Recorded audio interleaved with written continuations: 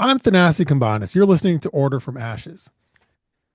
In today's somewhat crazy, swirling climate of power politics, there are a couple of constants. In our area that we focus on, one constant has been war in Yemen. Another constant has been the power of Saudi Arabia, whether it's through its purse or through its incredible influence over the world's oil supply. Today, I'm joined by my colleague Peter Salisbury, who's been following the conflict in Yemen for, I think, his entire adult life and is one of the most insightful analysts of that conflict, and who is just back from a trip to the Gulf where he met with leaders from a whole bunch of Gulf states. He's also the lead author of a really fantastic comprehensive report that's coming out tomorrow called From Smugglers to Supply Chains that looks at how Yemen's drone construction network has evolved over time and what that tells us about the axis of resistance. Peter, thanks so much for coming on the podcast. Thanks for having me, Tennessee. So, we're going to cover a lot of ground today, but I want to start by uh, hearing from you about Saudi Arabia's role in Yemen and the threshold it crossed recently, where it seems to have decided to assert a new level of authority and power and kind of taking a decisive military role that's different from the role it's taken since it started its war there a decade ago. Sure. So there's no story about Saudi Arabia and Yemen today, I think, without the story of Saudi Arabia and the United Arab Emirates, the UAE. So a decade plus ago in 2015, when the Houthis, this northern Yemeni Zaidi Shia movement, took over the northwest of the country, Saudi Arabia, under then Defense Minister Mohammed bin Salman, puts together a coalition to, they say, oust the Houthis from the capital, restore the then president of Yemen, and bring order back to Yemen. And the UAE is the primary partner for the Saudis in Yemen. And what's happened over the course of a decade plus is the Houthis have not been able to take over the whole country, but have not been pushed back to their home territory. They still control the capital, most of northwest Yemen. And as the war has gone on through various fits and starts, internal competition between different Yemeni factions who are fighting against the Houthis has become one of the primary storylines. And really, you can boil it down to groups backed by the UAE, particularly Southern secessionists from a group called the Southern Transitional Council, who seized control of the interim capital of Yemen, Aden, in 2019, and groups generally affiliated with the pre-war government, and some people would say with Islah, Yemen's main Sunni Islamist party. And at the end of last year, last December, what happened was the STC took over most of eastern Yemen. They took over a place called Hadramaut. They took over a place called Al Mahra. The Saudis and others believe with UAE backing. And that is a big old chunk of the Saudi border. And the Saudis were left in a place where, momentarily at least, it looked like they'd spent all this blood and treasure on the Yemen war. And not only had they not achieved their primary objective, but they kind of been humiliated by this secessionist force, which was now on their border. And what they did was something that was, I think, a lot of Let, pretty surprising to a let, bunch of different people. let me Carry on. pause you for a second because I want to Yeah. remind our readers that this is a very complicated, long-running conflict, but it also has some very direct equities for the United States and other players. So even though Mm, the U.S. is not the main event, it's important for people to remember that one of the through lines here is Saudi Arabia gets involved in Yemen directly in I think 2015. Is that right?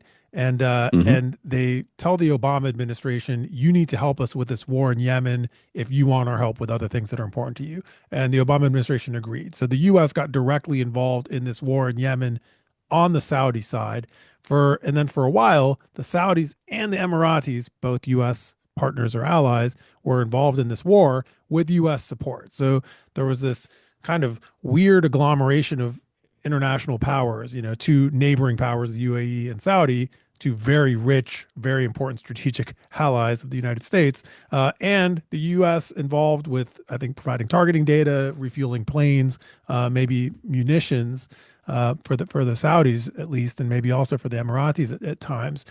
So when we get to this moment Peter is talking about, we've morphed into this moment where the U.S. is still has a hand in this conflict as a mediator, supposedly, as a force that's supposedly trying to at times resolve the conflict, also as a partner for two Gulf powers that are now at odds with each other, right? So now the U.S. is partnered with two powerful oil-rich Gulf kingdoms that are fighting each other by proxy in Yemen. So that's the moment that Peter's getting to now, where the secessionists backed by the Emirates have taken over a huge part of the country, and it's December 2025, and as our listeners know, a lot of things happening in the world at that time, and a lot of conflicts in which the U.S. and Saudi and the Emirates have a hand.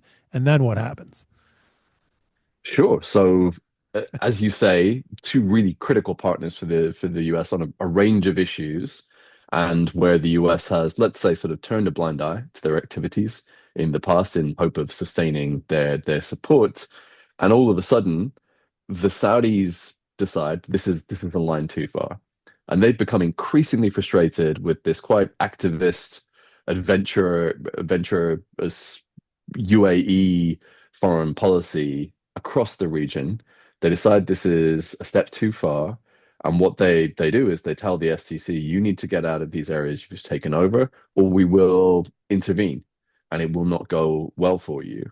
And initially, it looks like the STC are just going to ride it out on the expectation that the Saudis really wouldn't launch another military confrontation in Yemen a decade into their first. But what also happens is the Yemeni government then essentially demands the UAE get out. And then the Saudis launch airstrikes against not just STC positions, but against armored vehicles that the UAE has just brought into a port called Mukalla around the time that the government's saying the UAE needs to get out. So the Emiratis say, okay, halas, we're done. They completely withdraw their forces. They say that they've completely halted all support to forces on the ground. And it turns out that the STC really sort of not that powerful and not able to sustain competition with the Saudis without Emirati support. And the choice the Emiratis were given, you could say, was, do you want to enter into a direct military confrontation with the Saudis to sustain this force, or are you going to back off and see what you can do politically in the long term? So they backed off. Now, does this mark a sort of critical change of Saudi Arabia's ability to project power in Yemen? I mean, one of the sort of perhaps lazy nostrums of Middle East analysis is that the Saudi Arabia has a lot of resources but doesn't really have the capacity to steer events. So they can, for example, fund groups or fund governments. But if you're actually talking about trying to shape an armed conflict like the one in Yemen, or shape a Mm. dynamic where you need political, diplomatic, and military intervention, that they don't have the sort of bandwidth to do that kind of operational groundwork. Is this a change, or are we seeing Saudi Arabia come of age in being able to exert its power more materially in its near neighborhood? And that's the billion-dollar question here, really. Literally a billion Well, dollar question. or many billions of dollars. But I mean, I think what's interesting is, yes, people have this view of the Saudis that they lack the bandwidth, they lack the intellectual capacity, if you like, or kind of the operational capacity to take, a large and well-resourced military and really do anything fantastically successful with it. And I would say that what happened in Yemen was as much a political success as a military one. You'll read a lot of reports about how the STC were beaten militarily. Really, they just retreated once it was clear that the UAE was going to pull out and the Saudis were going to continue with airstrikes. At the same time, the Saudis were reaching out to various UAE-backed groups, leaders, and saying, look, you can come on the payroll, you can essentially join our side, um, or you can sort of end up in this sort of politically difficult space and with us launching airstrikes against you. And by and large, most people, including key people from within the STC, decided to join the Saudi side. The other smart thing the Saudis had done was to very clearly outline what they were saying to the STC and the UAE, to Western diplomats, to the Americans and various others. And what that meant was the UAE couldn't kind of hide in any ambiguity here, kind of, oh, we don't quite know what's going on. It was really clear what the Saudi asks were once they got in. And then you add on top of that that the internationally recognized government, which, somewhat confusingly, senior STC leaders are part of. They're part of a presidential council, or were, because they got chucked out. But the president of that presidential council is then saying the STC need to withdraw, and we're ending all partnerships with the UAE, and they need to leave the country. So you've got this confluence of factors that are quite well managed. But what we end up with is Saudi owning Yemen in a way that they really haven't before, and committing to unify the different military and security forces in Yemen, to run a South-South dialogue between southern Yemenis, because the main demand of the STC was southern independence, and at the same time managing this kind of quiet bilateral track they've had with the Houthis for quite some time. So the success or failure really rides on the Saudis now in a way that maybe people didn't see it as being before. There are a lot of reasons why outsiders care about Yemen, and obviously, we care about Yemen first and foremost because we would like Yemeni people to live in a stable polity in which they can be safe and fed and governed, which has sadly not been the case for way too many Yeah. decades. In the strategic realm, there's been this really interesting, like I think it's been 10 years now that the Houthis, who are a very powerful Iran allied ideological force, have been in control of a large share of the country. And outsiders care, I think, for two primary reasons. One, because Houthis have been able to attack international shipping and disrupt sea lanes through the very critical Red Sea, through which a huge amount of global shipping passes. And two, because Yemen has come to be understood as one of the leading avatars of this region-wide fight between, sort of lazily put, Iranian allied, Shia ideologues and Saudi or Western allied Sunni. I would call them authoritarians. I mean, there's probably some other way of describing these two agglomerations, but Mm. it's the region wide kind of World War scale conflict that's been going on for a long time. That's like the Iran plus side and the Saudi, Israel, Emirates, U.S. Turkey plus side on the other side, and obviously that's an oversimplification. But Yemen has been the cutting edge, or one of the cutting edges of that conflict. So, in those terms, can you maybe help us understand whether we're seeing a move towards some kind of steady state resolution in Yemen, or whether we're seeing the sort of long term, like, has Yemen become a place that could be indefinitely in this state of having a three or four or five party conflict for the foreseeable future? Yeah, I mean, Yemen's a really interesting place to look at to understand the evolution of regional politics. So at the start of the conflict, as you say, fairly lazy story is that Yemen is a proxy war between Saudi Arabia with some US backing, and the Obama administration really has one foot in, one foot out on that war. They don't want to be part of it, but they don't want to not back the Saudis because they're trying to make JCPOA, the Iran nuclear deal, work. But it's really evolved over time. And by, 3, 4 years ago, the Saudis had concluded and the Emiratis had concluded for different reasons that they probably weren't going to win the war militarily. And part of that was kind of the political context that we were in at the time. Part of it was just kind of like the differences between the different anti-Houthi forces. So the Saudis shifted to this strategy of directly engaging the Houthis, negotiating a truce at the beginning of 2022, forming this new presidential council made up of key members of anti-Houthi factions, and getting rid of the president on whose behalf they'd intervened some years earlier. Um, but really moving towards this strategy of engaging the Houthis at a minimum to kind of put a lid on things, but in the hope of getting a settlement that would buy them some breathing room, at least as they push towards this Vision 2030 agenda. They've got Expo 2030 in 2030. They've got the World Cup in 2034. They've got things and they want to be seen a certain way on the world stage.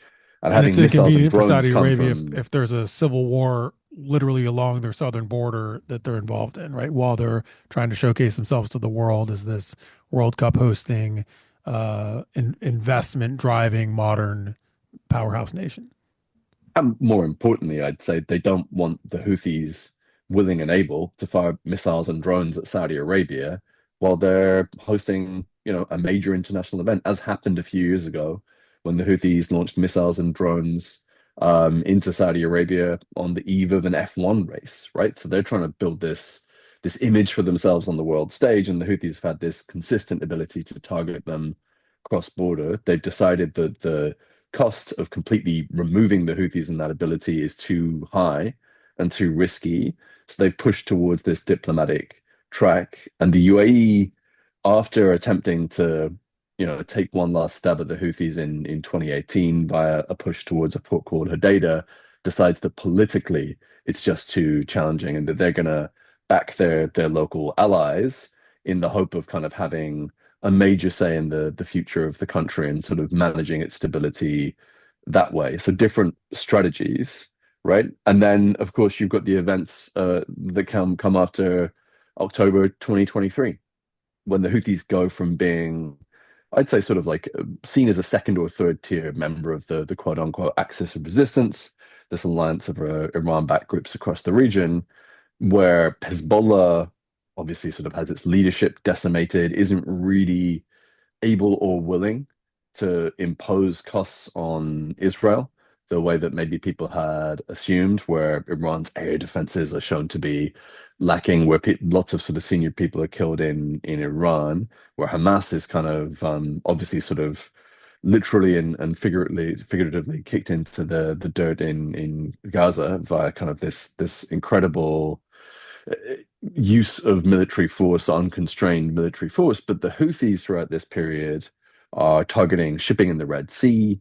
They're sending drones and missiles towards Israel, and they're kind of remote location, which kind of made them seem like pretty isolated kind of fringe group, all of a sudden becomes this real asset because they've got these long range weapons they can use as well. And that really sort of pushes them up the ladder of status. And just to finish that thought really, really quickly, what we end up with is this really strange situation where the Saudis and the Houthis continue dialogue during this period. So the Houthis don't target Saudi Arabia, which they might historically have done during such an event. They just target Red Sea shipping, just target Israel. The Saudis, at the end of the kind of region-wide war, whatever you want to call it, actually kind of want to go back to this roadmap, this process they've been negotiating with the Houthis. But the Americans, who had encouraged them to do it under the Biden administration, now after all these events, are saying there's no way you can get a deal with the Houthis unless you're able to convince them to give it like major security guarantees on the region and effectively disarm. So we're in this very new world where, in fact, the Saudis would like to get to a deal with the Houthis. The Americans are saying not without sort of various conditions. And then it's kind of Israel that's looking at the Houthis most closely, and building up its own intelligence networks in the country. So we've been talking about the Saudi role in the Yemen conflict. And in the next section of our conversation, I'm going to ask you to focus on the work you've done that explains how the Houthis have evolved into the regional powerhouse they are. And then in the third and Hmm. final part of the conversation, we're going to pull back out to a wider aperture and talk a bit about the expanding regional proxy warfare that is spreading to Africa and involves both the Houthis and Saudi Arabia, and of course a lot of U.S. Interests as well. So Mm. that's how I hope for our conversation to proceed. I'm Thanasi Kambanis, director of Century International. I'm talking to Peter Salisbury, the author of the forthcoming report From Smugglers to Supply Chains, and also a fellow at Century International. You're listening to Order from Ashes. Okay, Peter, for the quick break, we were laying this kind of complicated sounding, but actually, there's a sort of direct through line here that I think you've very compellingly established of what's happening in this war in Yemen. And although we talked about a lot of players, we were mostly focused on Saudi Arabia and its proxies and the Houthis on the other side. Now, I want to take us to Yemen and the work you and a really large team of researchers have been doing over the last year that looks at supply chains in Yemen. And I guess we can start by by setting the table uh, with what what has happened to make the Houthis go from being a you know perhaps tactically problematic but strategically insignificant armed group in a remote area to becoming a critical player in global strategy and a huge matter of concern for governments all over the world. Sure. So September 2014, the Houthis, who up to that point had been this quite sort of viewed as a quite peripheral movement at a regional level, take over Sana'a, the capital of Yemen. They do it basically with the connivance of the former president of Yemen, a guy called Ali Abdullah Saleh, but also with Iranian support. And that's the point when the Saudis start getting nervous and decide they're going to intervene because they're worried that the Houthis are a proxy for Iran and they're going to have what they called a Hezbollah on their southern border, and they didn't want that. And what they wound up with was arguably something even worse from their Certainly something more perspective. powerful and autonomous than Hezbollah is in Lebanon. Yeah. And what's happened over the course of the past 11 plus years is that the Houthis, who, when they came into Sana'a, they had what you would expect from a marginal peripheral militia. They've got AK-47s, they've got rocket launchers, they maybe got some man pads that they can do some damage with. And then by October 7, 2023, they've got long range drones that can fly to Tel Aviv. They've got anti-ship ballistic missiles that they can fire at ships and sink a few. They're able and willing to go kind of toe to toe with the American military in the Red Sea and come out definitely not unscathed, but having sort of forced their adversary to something like a standstill.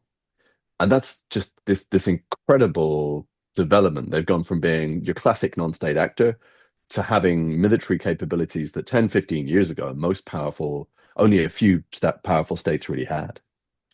So there's this astonishing growth in capacity and strategic reach. How does it happen? I mean, at Century, probably close to 10 years ago, we published a report by a colleague of yours, Farah Muslimi, about at that time the ties between the Houthis and Iran. And back then, the evidence suggested that the links were overstated. That Mm, people who didn't like the Houthis were describing them as an Iranian proxy when in fact they were allied with Iran, but were largely autonomous. That changed, over time. The relationship with Iran became closer, and mm, and somehow this group went from being, as you described, a traditional armed group to being a sophisticated producer of these kinds of high tech armaments. And as I understand from your work, not only do they have these things, they can make these things and they can source the parts needed to build them. And that to me seems like it's like the difference between being able to get a container full of weapons and you know how to fire them to being able to uh, uh, design and build your own and figure out how to get the precursor parts, which to me mm. is what is the difference between being an importer and being a manufacturer. Right. And I think the important word you used there is design. And this is where Iran really comes into the story. No one's going to have perfect evidence for the evolution of the relationship between the Houthis and Iran, and you're going to know Hezbollah, who are almost certainly actually the main kind of patron of the Houthis for a long time. But certainly, once they've taken over Sana'a and once they've been able to withstand the early years of the war with rival Yemeni forces backed by the Saudis, I think their utility to the Iranians became really clear. It became clear that there was technical capacity in Yemen, which already had its own missile program before the war. And what you saw was this process by which Iran, the axis of resistance, trained the Houthis, transferred knowledge to them, not just weapons though, right? So as you say, it's not like we're taking missiles and we're sticking them into containers and we're sending them to Yemen anymore. That's probably happening at the start of the war. What happens is you're teaching people how to use these weapons. You're teaching people how to assemble some of them. You're teaching people how to manufacture some of them, build their own procurement networks, and run their own smuggling networks. And it's all happening in coordination with other groups within the Axis of Resistance, with Hezbollah, later with the Hashd al-Shabi in Iraq, and with IRGC planners and operatives in Tehran, in Yemen, all over the region. But what it does over time, and it's really important to remember that this conflict has been ongoing for 11 years, is that the Houthis are slowly but surely transformed from recipients of arms to having their own growing, burgeoning military industrial base and having growing ambitions about what to do with it. So right now, they can probably build some of the long range drones that they use. They still need a lot of Iranian pieces for missiles, but there are various bits of them that they can build in country and assemble, which makes smuggling easier. And they're definitely on a long-term trajectory towards being able to build a lot of this stuff themselves, especially as, frankly, Chinese manufacturing of intermediate goods of stuff that you need for these various systems gets better and cheaper. And I just want to clarify something. Uh, Missiles are hard to build. They're really large. They require machined parts. They need facilities that maybe can be seen by satellites and bombed from afar to disrupt. Drones, on the other hand, can be made out of fiberglass, can be made in relatively small spaces with easy to source parts. They don't need heavy machinery to do precision cutting and so on. And a drone can fly thousands of miles and drop a payload and blow up, as we've seen, a Houthi drone can fly from Yemen to Israel and blow up an apartment in Tel Aviv, and lots of other, I think, 2,000 kilometer range attacks. This is a technological change that really then changes the access of strategic reach, right? So Yep. if I mean, this is a question framed as a statement. If this is correct, it means that militias like the Houthis and before them Hezbollah, which used to try and build long range missiles, which powers like Israel and the United States can disrupt, are now turning towards drones, which powers like the U.S.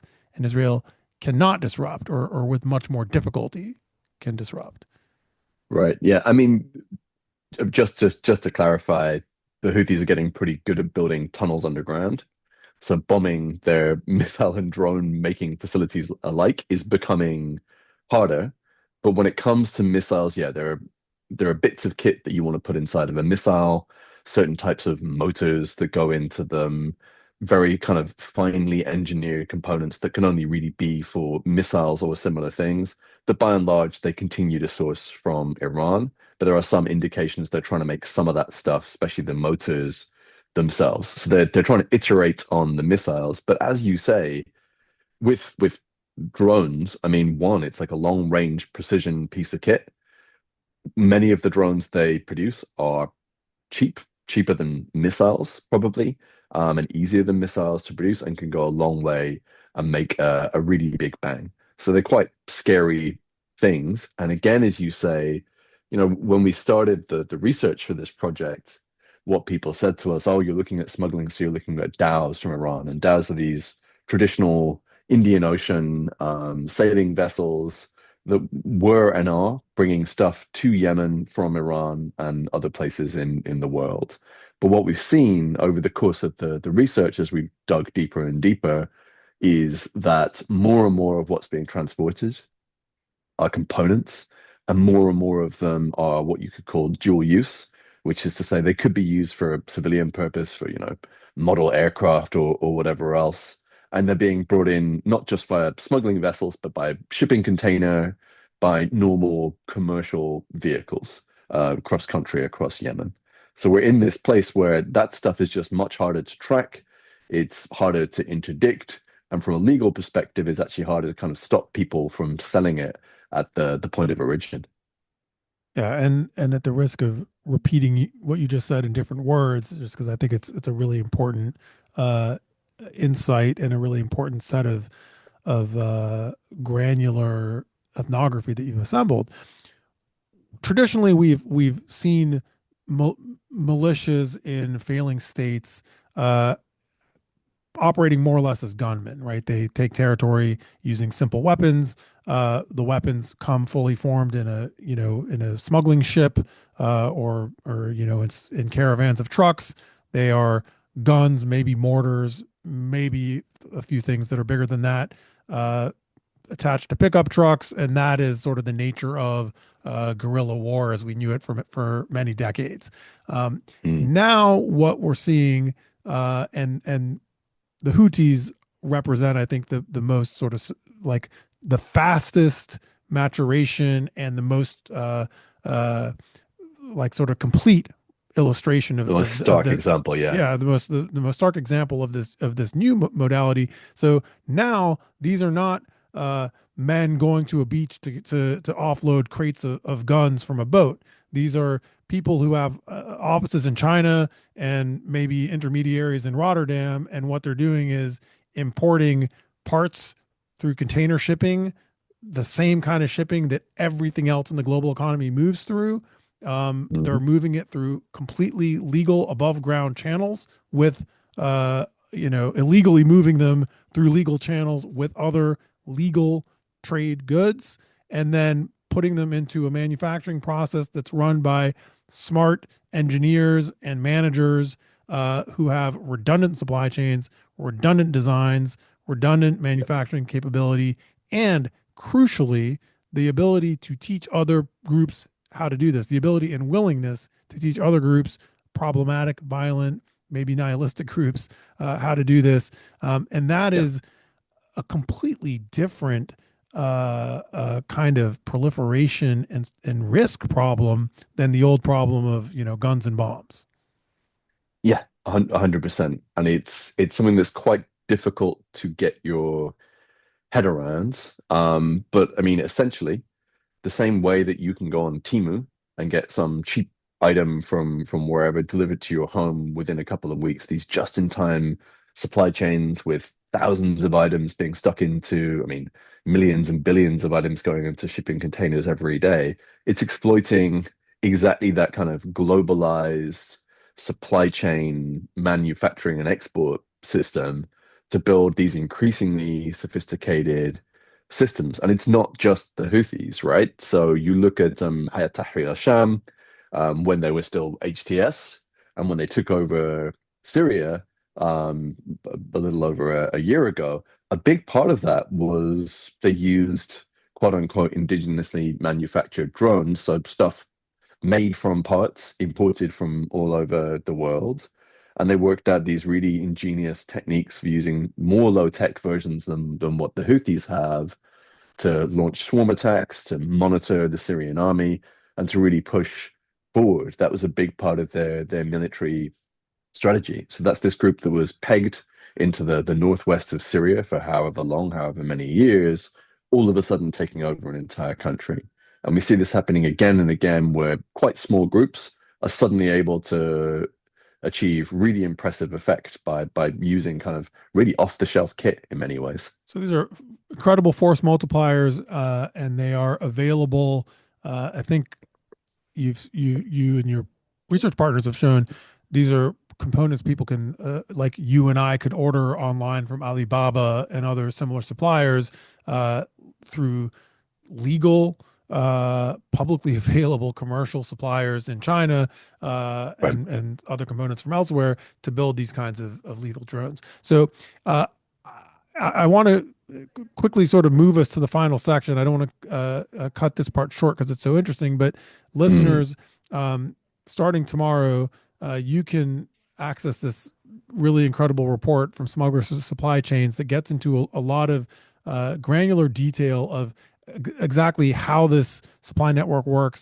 So it shows how the Houthis acquired this capacity, how it works, what it tells us about the way global trade enables this kind of capability. And it's got a lot of really colorful storytelling about the sort of journey from old timey smuggling to modern supply chains in service of warfare. And uh, Peter, the last thing I'll ask you about before we switch to the last section of the conversation, um, what capability do the Houthis now have to proliferate this kind of knowledge themselves elsewhere? Well, that's the question we're asking with the next piece of research for this project. But certainly the early indications are that the Houthis have been building their own recruitment and sort of strategic partnership relationships in Africa with groups like Al-Shabaab, various other kind of much smaller kind of cross-border tribal and other identity groups in East Africa, and potentially building their own ties with groups in the East of Sudan. So sort of around this coalition of forces that we call the Sudanese armed forces. So kind of getting their hooks into these various different places, training people in doing various different things, but with the potential to do for these groups what Hezbollah did for the Houthis and then Iran did for the Houthis, which is build up their skills, build up their internal structures. And then when that's aligned with the level of partnership they want, being able to really rapidly upskill further and bring these much more advanced capabilities to bear. You're listening to Order from Ashes. I'm Thanasi Kambanis, director of Century International, and I'm talking with Peter Salisbury, a fellow here at Century, and also the author of a fantastic comprehensive report coming out tomorrow called From Smugglers to Supply Chains, that looks at how Yemen's Houthis acquired the capacity to build and export drones. In this last part of our conversation, I want to tie together the work you've done on the Houthis with what you learned on your recent trip to the Gulf. So we began by talking about Saudi Arabia flexing its muscle and deciding it's willing to kind of own conflicts that before it maybe was trying to intervene in as one of many players, willing really to try and impose itself as a driver of events on the global stage. And the Houthis, meanwhile, also viewing themselves as no longer a small Yemeni group fighting in the Yemen civil war, but now seeing themselves as the leader or one of the leaders of the axis of resistance. They see themselves as an ideologically robust and militarily powerful force that is willing to stand up to Israel, the United States, Saudi Arabia. So we have two actors that maybe suffer from an excess of grandiosity, but also really do have the resources to make things happen, often deadly and destabilizing things happen. And the most interesting thing to me that you brought back from this trip was a new look into the willingness of these two powers and then some to essentially start or insert themselves into proxy warfare in Africa, and bring this kind of drone and missile warfare and know-how into some existing conflicts and maybe trying to restart some dormant ones. Yeah, I mean, the situation in the Red Sea and the Horn of Africa is pretty difficult to get your head around and pretty worrying if you can begin to. And I think I have begun to, and I'm not going to claim that I fully understand absolutely everything that's happening. but we're in this really complex situation. So you go back to that initial story where you've got the Saudis intervening in Yemen, not against the Houthis, but against UAE-backed groups and blowing up UAE-provided vessels. The Emiratis announced their full withdrawal from Yemen, tell the groups they're working with, we're done, we're out. And what the Saudis have said is that they also want to see the Emiratis out of Somalia and they want to see the Emiratis out of Sudan. And in Somalia, the Emiratis work with, to a greater or lesser extent, with security forces in Puntland, which is an autonomous region, and Somaliland, which sort of wants independence for itself. And in Sudan, they work with the Rapid Support Forces, one of the primary belligerents in the conflict, who are based in the west of the country and who the Emiratis supply via allies in Libya, Chad, and elsewhere. And then you take this bigger look where the Emiratis have a close relationship with the government of Ethiopia, where the Saudis have decided to more forcibly back SAF, the Sudanese armed forces who are in the east of Sudan and fighting against the RSF, have opened talks with the government of Eritrea, and are also working more closely along with others with the government of Somalia, which would love to exert its full territorial control over the entire of Somalia. And to just throw another actor in here just for fun, in December, as all this stuff is happening in Yemen, the government of Israel announces that it is recognizing Somaliland's independence. And then later reports say that it wants to build its own military basing in Somaliland, giving credence to this wide rumor in the region that the Israelis and the Emiratis are working together. And the Houthis, in turn, are inserting themselves into a variety of these different conflicts. And it's one of those things where proxy, surrogate, patron client doesn't really work anymore because so many different actors are working with so many external actors, but these conflicts look increasingly enmeshed. And one of the concerns that was raised to me when I was traveling in the region was, will this, for a variety of different reasons, lead to a reignition of the war between either Ethiopia and Tigrayan groups in the north of Ethiopia, which could draw Eritrea in, this time on the side of the Tigrayans, where Eritrea actually fought against them alongside Ethiopia just a few years ago, or could it lead to an Ethiopian push to take over a port in the south of Eritrea with the UAE on one side and Saudi Arabia on the other? And then knitting all these conflicts into these because of the cross-border nature of the conflicts. That's probably an overly elaborate Yeah. attempt to explain it, but it's a lot. I mean, you know, I've now had this conversation with you a couple of times, so I can follow. I think maybe some of our listeners might have gotten lost in the geography or Hmm. the scale of sort of the tour of conflicts we just discussed. But Mm, I think we can ground this in some really important like values that help us understand this, right? So uh, uh, there is no preordained conflict anywhere. There are no countries where people have always been fighting or they're, doomed to fight or for historical or cultural yes. reasons always at war. Wars happen for specific reasons, human-made triggers that take some kind of conflict that is nonviolent and activate it into an armed conflict. And what worse, so there's obviously a lot of interrelated factors at play. We're focused on one right now, which is the way in which proliferation of certain networks of weapons and money in service of belligerents are spreading from one nexus in the Gulf Hmm. into the Horn of Africa and making likely and maybe inevitable that some of these dormant conflicts will become active or some of these low simmering conflicts will become much more deadly and widespread. And that to me is, I mean, why I think this work is so important is because it pinpoints a specific human driven causal chain that is interruptible, right? There are policy levers that the United States has, that Gulf powers have, that others have, that could uh, stop some of these processes, reduce others of them, contain some of Mm, them. And so we see this happening.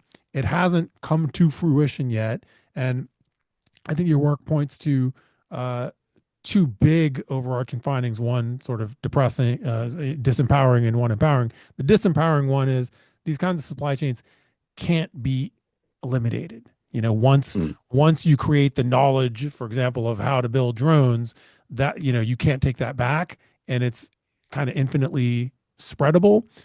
So that's the bummer part of your finding.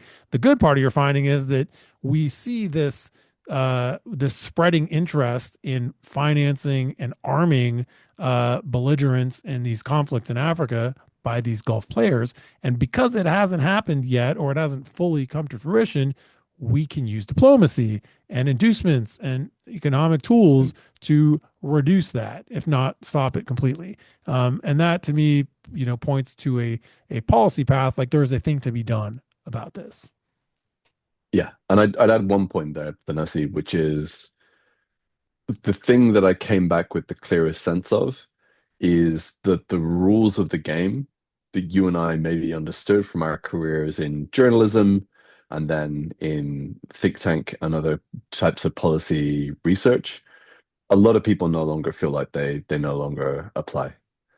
And I'm not sure that's true. I think you're quite right. I think this is a place where diplomacy, mediation, multilateralism could play a really important role in stopping this kind of exploding chain reaction with this sort of new low-cost technology that anyone can access.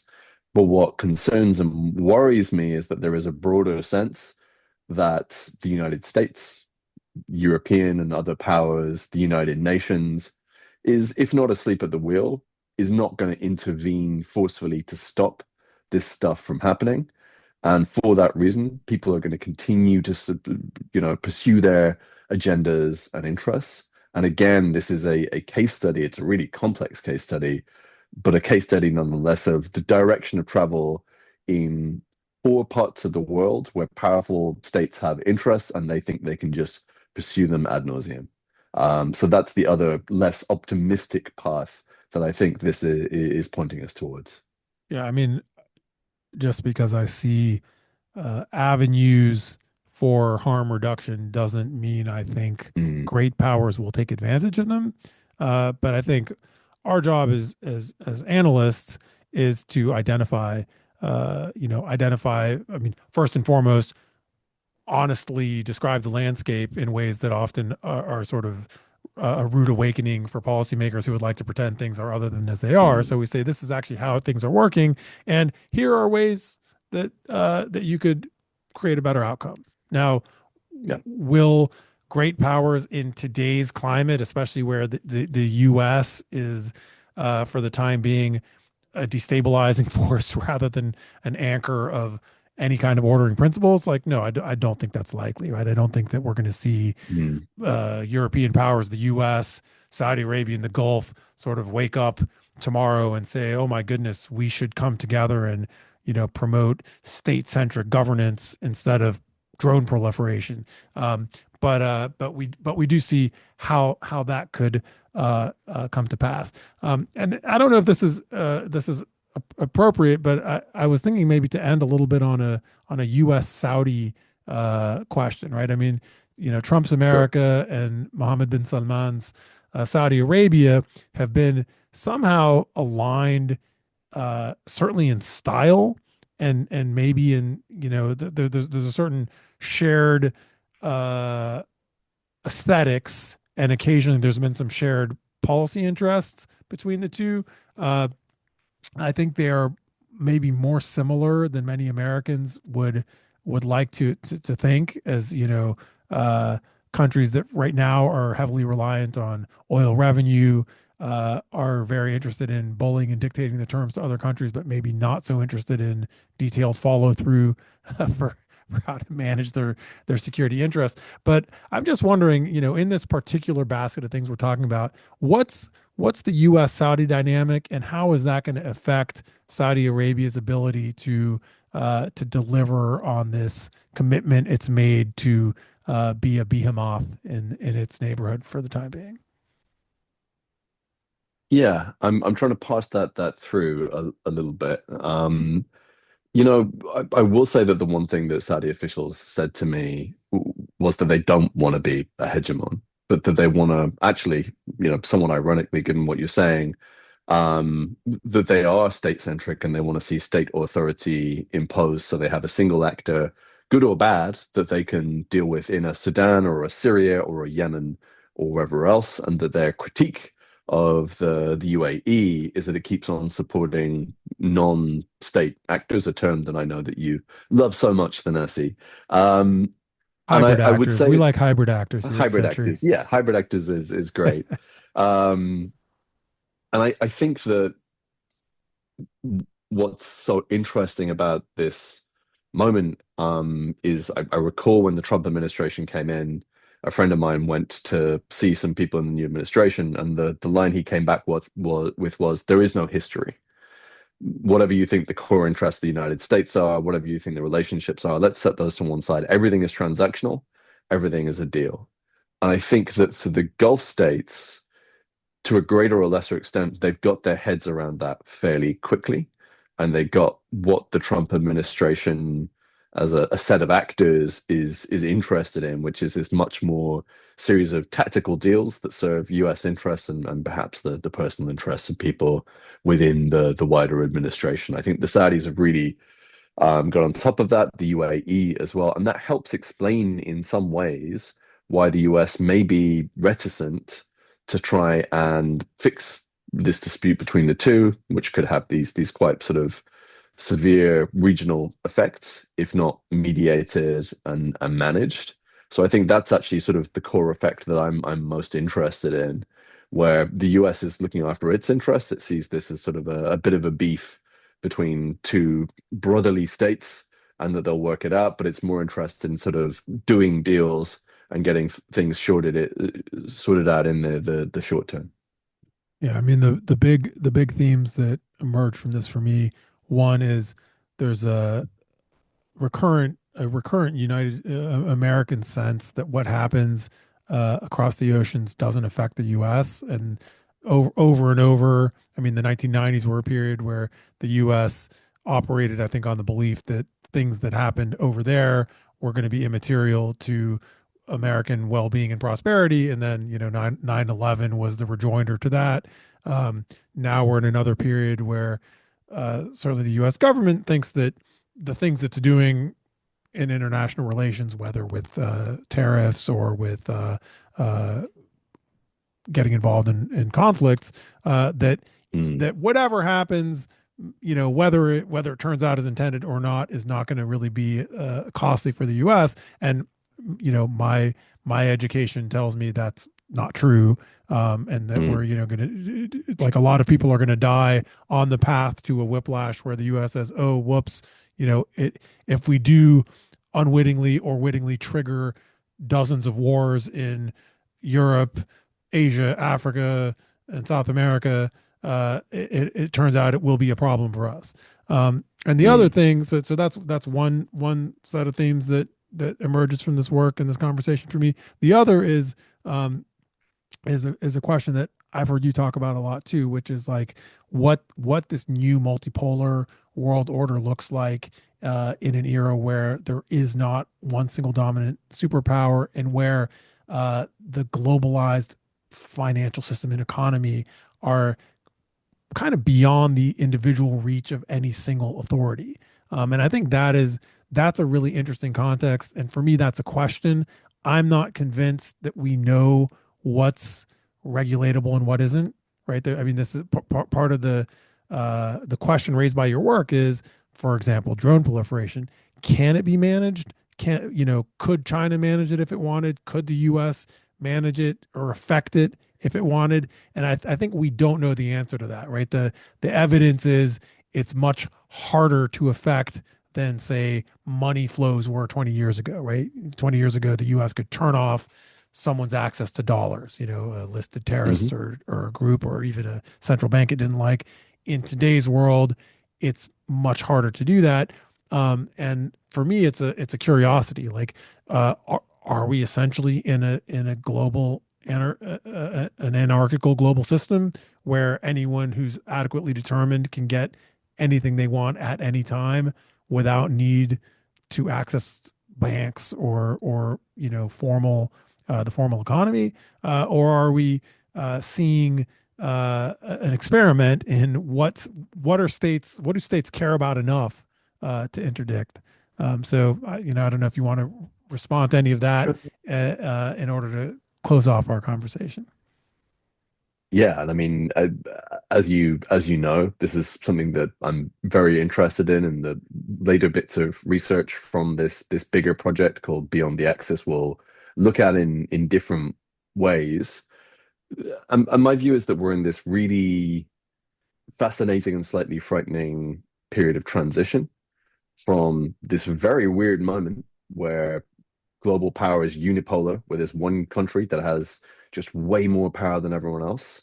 And that comes after an also a historical moment where there's a bipolar world order, where there are two big powers. Both of those things are historically just super weird and not normal.